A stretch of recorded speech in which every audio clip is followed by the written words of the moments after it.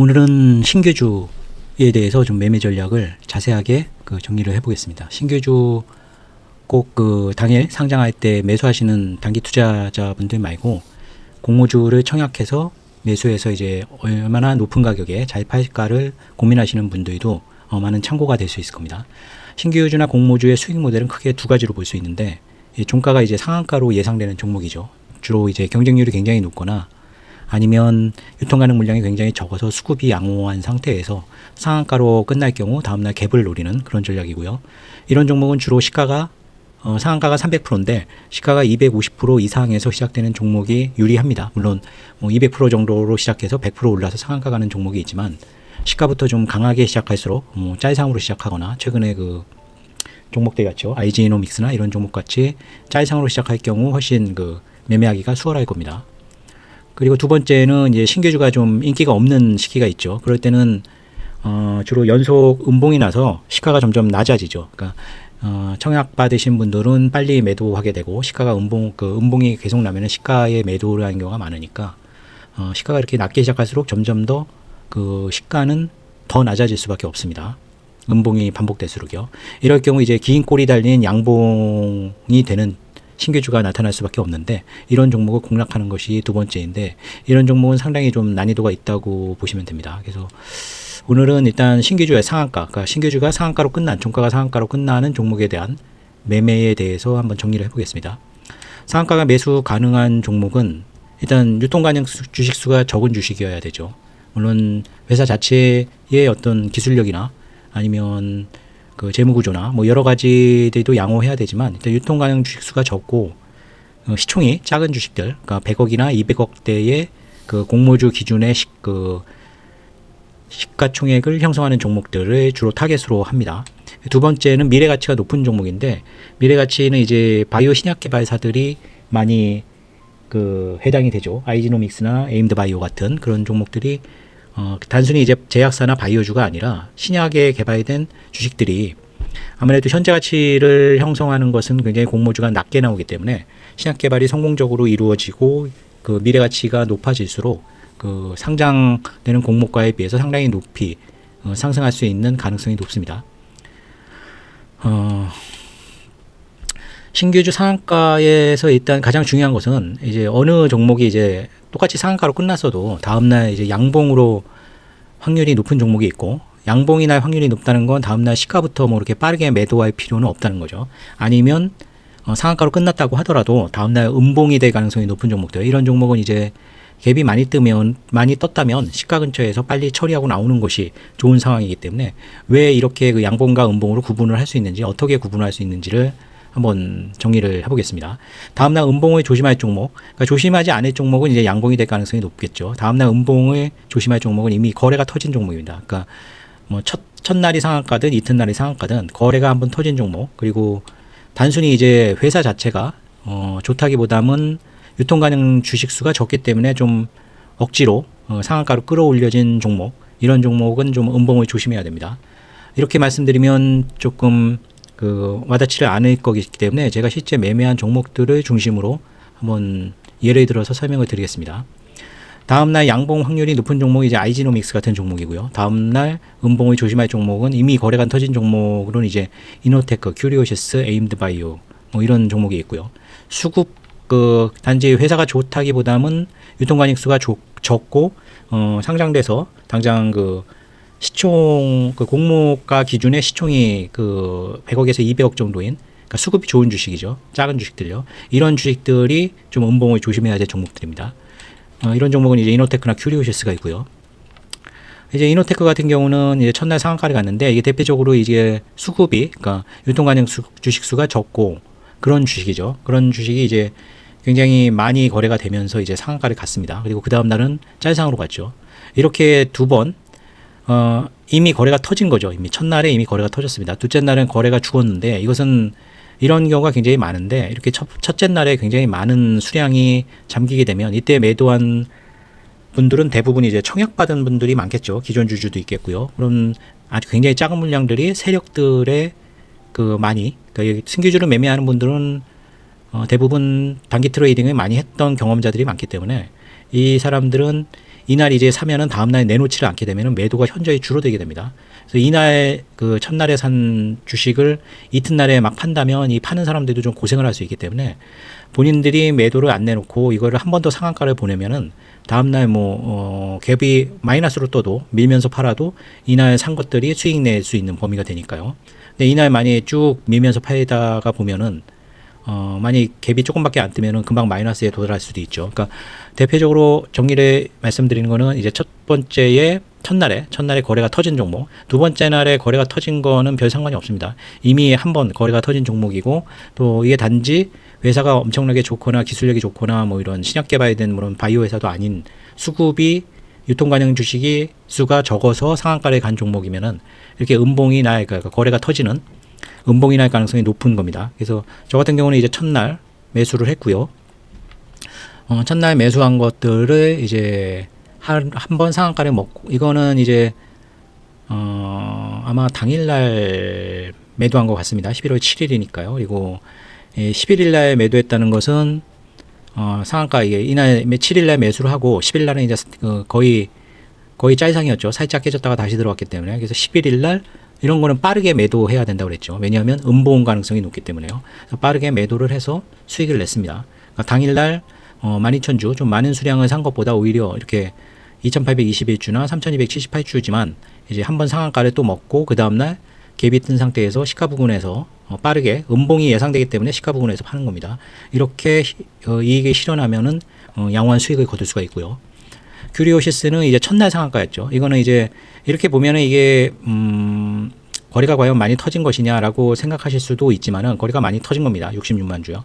왜냐하면 최근에 뭐 아이지노믹스 같이 첫날 굉장히 센 상한가도 아니었고 거의 그 9시 직전까지 매도 잔량이 있는 상한가였는데 9시를 그러니까 신규주는 첫날 VI가 없기 때문에 9시에 무조건 시작이 되죠. 그러니까 9시 30초 전에 급하게 이제 상한가 들어가면서 그러니까 사실 그 얼마나 상한가를 언제 들어갔느냐도 굉장히 중요합니다. 그러니까 이 첫날 그 상한가 쳤을 때의 캡처 화면 같은 거를 좀 가지고 있어야 됩니다. 얼마나 상한가 매수 잔량이 많고 이런 것들. 그러니까 이것은 큐리오시스는 좀 약한 상한가였다는 얘기죠.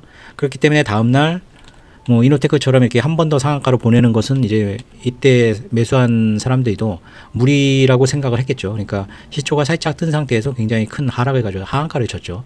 이것은 음봉을 예상하고 욕심을 부리지 않고 이제 이게 거의 보합 수준으로 내려갈 때까지 매도를 못하면 이제 손실이 나게 되죠. 이날 산 게. 그러니까 굉장히 빨리 매도를 해야 됩니다.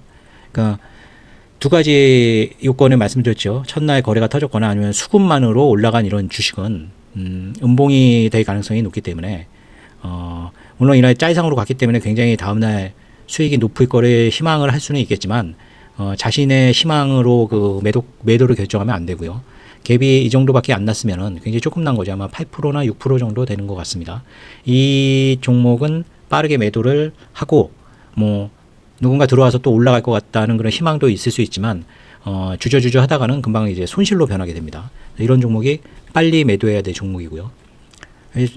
빨리 매도를 했고요. 이 종목은 14일은 그렇죠. 두 종목 다 이제 뭐 큰 수익이 아니죠. 어차피 갭이 조금밖에 안 떴기 때문에요. 이런 종목은 괜히 욕심을 부리고 한 10% 넘어서 팔기 욕심을 부리다가는 금방 이제 마이너스로 진입하고 뭐 종가는 하한가로 끝났으니까요. 굉장히 이런 종목은 어떻게 보면 첫날 상한가 간 것도 힘겹게 갔기 때문에 다음날 작은 수익으로도 만족하고 팔아야 된다. 이렇게 보는 주식입니다. 에임드바이오 같은 경우는 제가 매매를 안 했죠. 에임드바이오는 이제 수급이 되게 양호한 주식이라기보다는 바이오 신약 개발사죠. 그래서 첫날 이미 거래가 터졌습니다. 379만 주 터졌고 다음날 오히려 거래가 줄었죠. 이런 현상이 왜 나냐면은 더 30%나 높은 가격인데도 거래가 더 줄은 것은 첫날에는 이제 공모 받으신 분들은 사실 수익이 뭐 몇십만 원, 몇만 원밖에 안 되는 분들도 많습니다. 한 주를 가지고 있을 경우는 몇만 원밖에 안 될 수도 있죠. 그런 분들은 뭐 이렇게 막 이날 뭐 주가의 향방을 보면서 뭐 만 원, 2만 원 더 벌겠다고 이렇게 호가창을 보지도 않고 그냥 뭐 시가에 던지시거나 특히 상한가에 시작하면 뭐 주저없이 상한가에 그냥 시가 매도를 하시는 분들도 많죠. 그래서 첫날에는 거래가 많고 둘째 날에 적은 현상이 신규주에서는 굉장히 많이 발생됩니다. 그러니까 어떻게 거꾸로 말하면 첫날 상한가는 무조건 잡아줘야 되고 이노테크 같이 두 번째 날 거래가 줄어들어서 상한가로 가면 굉장히 운이 좋았다라고 생각해서 그 다음날 이제 차익을 실현하고 나오면 됩니다. 에임드 바이오는 수급이 좋다기보다는 신약 바이오인데, 아이지노믹스랑 가장 커다란 차이점은 첫날 이제 짤상이 아니었죠. 상한가로 시작했는데 살짝 깨졌었습니다. 한 5% 정도 밀렸다가 다시 상한가로 들어가면서 거래가 굉장히 많이 터졌죠.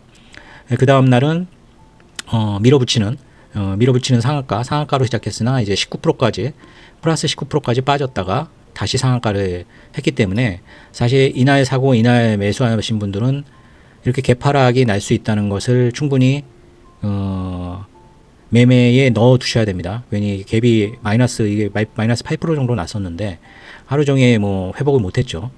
그러니까 사실은 이날 매수하는 거는 굉장히 위험하다는 겁니다. 두 번째 날. 그러니까 두 번째 날, 첫째 날 이렇게 거래가 터진 종목을 두 번째에 강하게 상한가 들어간다고 상따를 하다가는 다음 날 이렇게 개파락을 하고 한 번도 이 수익권으로 못 됐죠. 그러니까 첫날 물론 사신 분들은 굉장히 큰 수익을 거두셨겠지만 두 번째 매수하신 분들은 이제 허망하게 큰 수익을 기대했는데 뭐 큐리오시스 같이 조금의 이제 갭상승도 없이 마이너스 8%로 시작을 했기 때문에 이렇게 두 번째 매수하는 건 굉장히 무모한 전략입니다.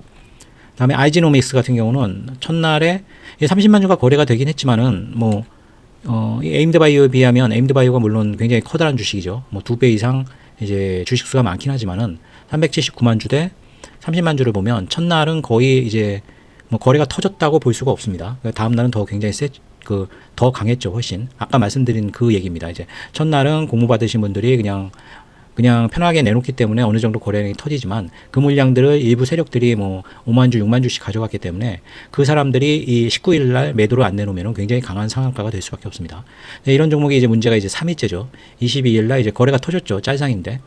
애매합니다. 이게 122만 주가 엄청나게 거래된 건 아닌데 아주 강한 상한가도 아니고. 하지만 이런 종목은 바이오 신약 개발 같이 어떤 좋은 그 카테고리에 든 주식이고, 두 번째가 유통 그 수급이 양호해서 뭐 올라간 주식도 아니죠. 물론 확약 때문에 수급은 굉장히 양호하지만 뭐 큐리오시스나 이노테크 같이 수급이 좋고 유통 가능 주식 수가 적고 시총이 작아서 올라간 주식은 아닙니다. 아이지노믹스는 오히려 바이오 신약 개발사고, 그렇다면은 이 종목은 첫날 과연 이게 거래가 얼마나 많이 터진 것인가가 가장 중요한 문제일 수가 있는데 거래가 터지지 않은 거라고 생각을 해서 저 같은 경우는 이제 12월 22일 날 매수를 했습니다. 그래서 매수로 이제 3만 주 했고요. 두 계좌로 이제 3만 주씩 총 6만 주를 했고요.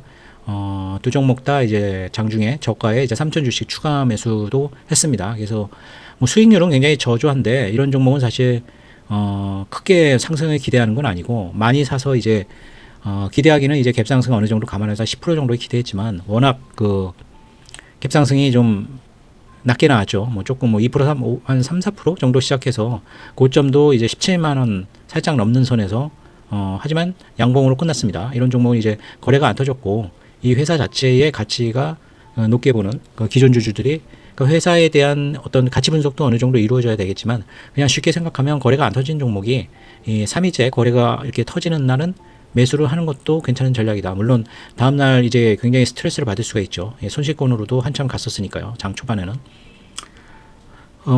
요약을 드리면 뭐 장황하게 설명을 했지만, 이게 다음날 음봉 조심할 종목은 거래가 터졌거나 아니면 수급으로만 이렇게 올라간 주식들은 음봉을 조심해야 되고, 그렇지가 않고 거래가 아직 안 터졌거나 아니면 수급이 아니라 이렇게 이전에 말씀드린 미래가치 어떤 바이오 신약 개발이나 이런 뚜렷한 어떤 회사에 해당되는 종목은 거래가 터지는 날 상한가 매수하는 전략도 괜찮습니다. 그래서 뭐 많은 주식을 사긴 했지만은 수익률 자체는 굉장히 저조하지만 이제 많은 주식을 샀기 때문에 수익은 4억 2,600 정도 났고요.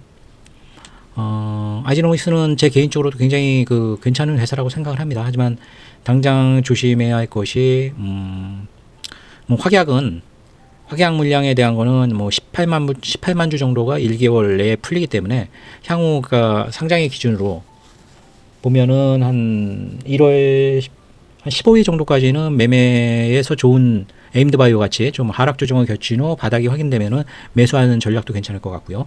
2개월 후 이후에는 이제 이 338만 주가 있죠. 그리고 260만 주가 있습니다. 이 물량이 거의 600만 주에 육박하기 때문에 그렇게 1월 15일 이후에는 가급적이면 굉장히 좋은 주식이긴 하지만 텐베거를 볼 수 있는 좋은 종목이긴 하지만 그때 이제 상장 후 3개월 이 물량이 충분히 소화되는 것을 보기 전까지는 그 이후에는 매매를 하지 않을 생각이고요. 그러면 아마 2026년 중반 정도에 한 2분기 정도에 한번 매수 시점을 볼만한 주식이라고 생각을 합니다. 뭐 그때 제가 다시 아이지노믹스를 매수하게 되면은 뭐 당장은 12월 말이나 1월 초에도 단기 저점에서 매수 가능성은 열어놓고 있고요. 그리고 1월 15일 이후에는 역시 이 확약 물량이라기보다는 이 기존 주주의 그 보유에서 풀리는 물량 때문에 한 2개월 정도는 매매를 하지 않고 지켜만 보는 그런 형태로 갈 것입니다. 제가 신규주나 공모주는 주로 이 채널을 많이 이용을 합니다. 여러 채널을 봤는데 저는 개인적으로는 이 주식의 소리 이 채널이 제일 정의가 잘 되어 있는 것 같고요. 지난주에는 그 아내랑 딸하고 같이 뮤지컬 어쩌면 해피엔딩이란 뮤지컬을 봤는데 최근에 본 뮤지컬 중에는 굉장히 좋았던 것 같습니다. 그래서 혹시 뮤지컬 좋아하시는 분들은 한번 기회가 닿으시면 저는 박진주 씨 그 배우 박진주 캐스팅으로 봤는데 굉장히 잘 하시는 분 같습니다. 어쩌면 해피엔딩 뮤지컬을 추천드리고요. 성탄절이 가까웠죠. 크리스마스 잘 보내시고요. 영상을 한동안 못 올렸는데 시간 되는 대로 좋은 어떤 아이템이 있으면은 제가 좋은 매매를 하거나 좋은 아이템이 있으면 정리해서 예전같이 뭐 일주일에 한 번 정도씩 올려드리기는 좀 어려울 것 같고, 그리고 주식 매매는 직원들한테 이관한 상태라 제가 뭐 주도주나 어떤 잔고에 대한 주식 좀 정리를 해서 알려드리는 것도 조금 좀 일같이 느껴져서 좀 그렇습니다. 크리스마스 잘 보내시고요. 올해 마무리 좋은 수익으로 마무리하시기를 기원하겠습니다. 감사합니다.